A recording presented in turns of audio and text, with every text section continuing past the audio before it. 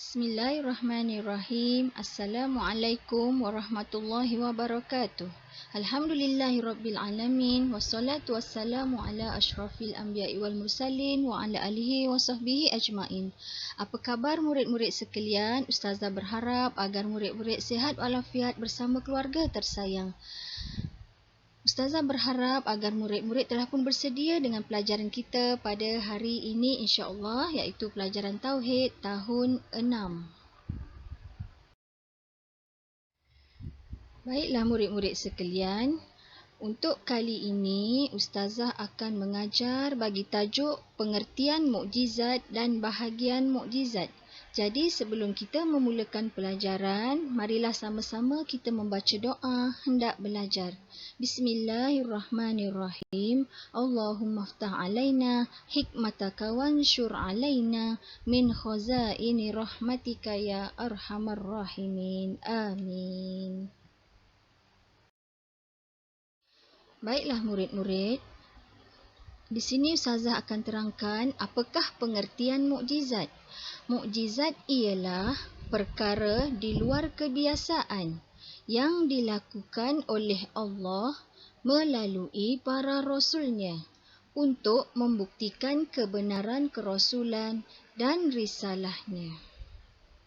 Mukjizat ini berlaku secara spontan dengan izin Allah Subhanahu Wa Taala. Tiada siapa termasuk Nabi atau Rasul yang melakukannya serta mampu menghasilkan satu mukjizat sendiri tanpa izin Allah. Jadi mukjizat tidak diperoleh melalui pembelajaran murid-murid. Sesetengah mukjizat telah menakutkan Nabi atau Rasul yang melakukannya. Dan inilah apa yang telah berlaku kepada Nabi Musa AS. Apabila baginda diperintahkan untuk melontarkan tongkat, kemudian dia melihat bergerak seolah-olah seperti seekor ular. Nabi Musa sendiri takut dengan apa yang berlaku. Jadi Allah telah menjadikan bagi setiap Nabi mukjizat yang bersesuaian dengan zamannya. Dan mukjizat ini berlaku dalam 3 bentuk. Yang pertama, melalui perbuatan. Kedua, pencegahan. Ketiga, perkataan. Untuk makluman murid-murid juga, mukjizat berlawanan dengan sihir. Kerana sihir dalam keadaan yang merupakan sesuatu yang menyalahi adat. Tetapi ia adalah sesuatu yang diusahakan, yang boleh dipelajari dan ia menghayalkan dan tidak benar-benar berlaku. Berlawanan pula dengan mukjizat. Mukjizat adalah sesuatu yang diusaha dan ia benar-benar berlaku dan bukan khayalan semata-mata. Jadi Allah tidak mendatangkan mukjizat kepada para nabi yang palsu. Jika nabi palsu itu mendatangkan sesuatu yang menyalahi adat, maka ia adalah sihir atau ciptaan yang boleh dipelajari atau didatangkan sesuatu yang sepertinya. Jadi di sini murid-murid, mukjizat itu tidak sama dengan sihir. Ya. Di sini Ustazah mengharapkan agar murid-murid dapat menyebut secara berulang pengertian mukjizat seperti mana yang Ustazah catatkan di hadapan ini. Baiklah, murid-murid boleh cuba ikut apa yang akan Ustazah bacakan. Mukjizat ialah perkara di luar kebiasaan yang dilakukan oleh Allah melalui para rasulnya untuk membuktikan kebenaran kerasulan dan risalahnya. Sekali lagi, mukjizat ialah perkara di luar kebiasaan yang dilakukan oleh Allah melalui para rasulnya untuk membuktikan kebenaran kerasulan dan risalahnya.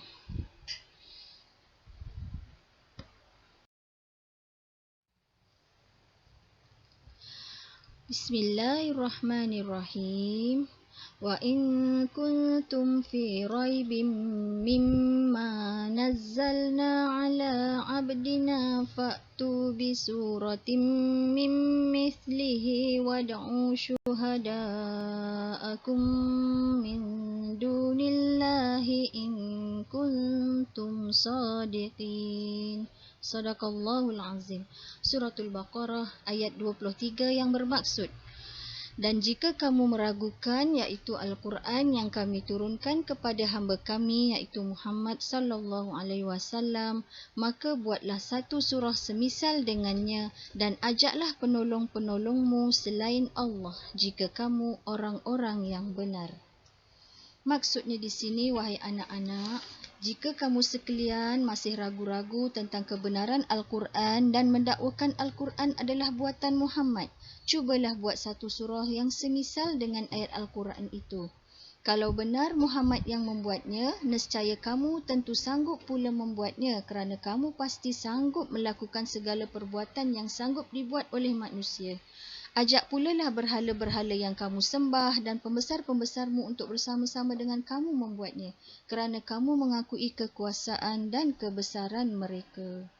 Kemudian Allah menegaskan di sini, jika kamu benar dalam pengakuanmu itu, tentu kamu sanggup membuatnya. Tapi jika kamu adalah orang-orang pendusta, Al-Quran itu benar-benar diturunkan dari Allah, kerana itu mustahil manusia dapat membuatnya. Ayat ini menunjukkan bahawa Al-Quran itu adalah mukjizat yang paling besar bagi Nabi Muhammad sallallahu alaihi wasallam.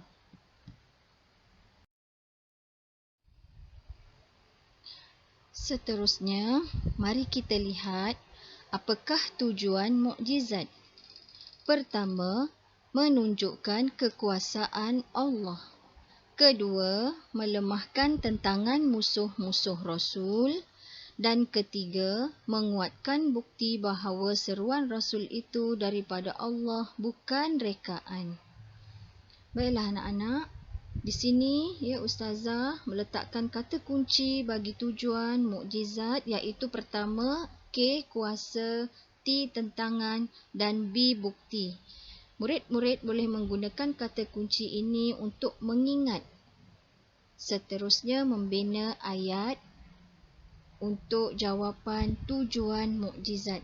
Sekali lagi, tujuan mukjizat yang pertama menunjukkan kekuasaan Allah Subhanahu wa taala.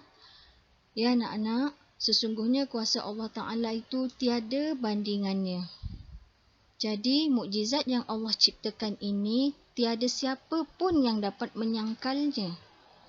Hanya diciptakan mukjizat ini dan diturunkan kepada Nabi Muhammad sallallahu alaihi wasallam serta beberapa para nabi sahaja. Kemudian, tujuan mukjizat adalah untuk melemahkan tentangan musuh-musuh Rasul, seperti juga yang berlaku kepada Nabi Musa alaihi salam, menggunakan tongkatnya untuk membelah lautan merah. Dan ketiga, untuk menguatkan bukti bahawa seruan Rasul itu daripada Allah, bukan rekaan semata-mata.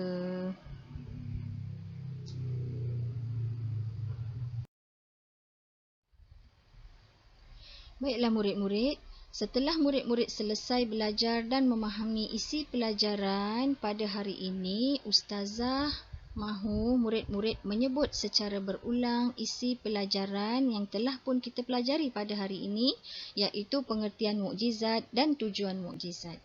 Kita ulang semula bersama-sama pengertian mukjizat.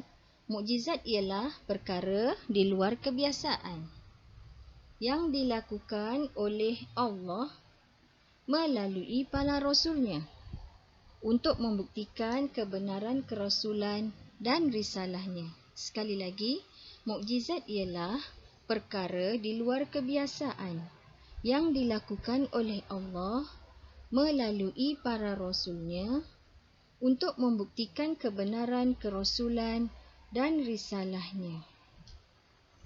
Ustazah berharap agar murid-murid telah pun mengingati pengertian mukjizat. Seterusnya, tujuan mukjizat ada 3 seperti mana yang telah kita pelajari tadi. Yang pertama, menunjukkan kekuasaan Allah. Kedua, melemahkan tentangan musuh Rasul. Dan yang ketiga, menguatkan bukti seruan itu dari Allah, bukan rekaan. Sekali lagi, 3 tujuan mukjizat ialah yang pertama, menunjukkan kekuasaan Allah.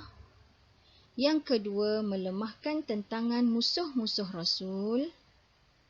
Dan yang ketiga, menguatkan bukti bahawa seruan itu dari Allah, bukan rekaan. Ustazah berharap agar murid-murid dapat mengingati pengertian mukjizat serta 3 tujuan mukjizat.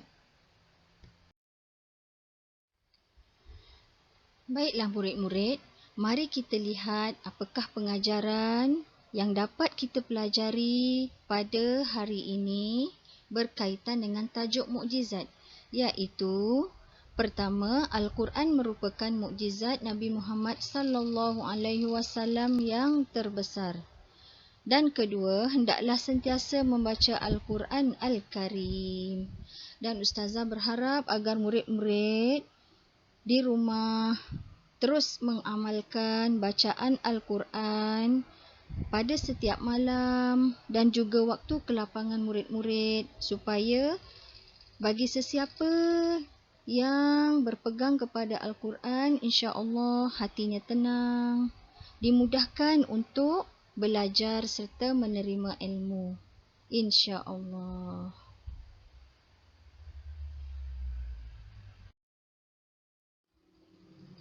Baiklah anak-anak, setakat ini dahulu untuk pelajaran kita pada kali ini. InsyaAllah kita akan bertemu lagi di masa akan datang. Dan sebelum itu, ustazah berharap agar murid-murid dapat menjawab soalan seperti yang ustazah berikan. Dan adalah sebaiknya murid-murid cuba tidak merujuk buku teks ataupun nota bagi memantapkan pelajaran murid-murid pada hari ini. Akhirnya, ustazah akhiri dengan wabillahi taufiq wal hidayah. Wassalamualaikum warahmatullahi wabarakatuh. Jumpa lagi.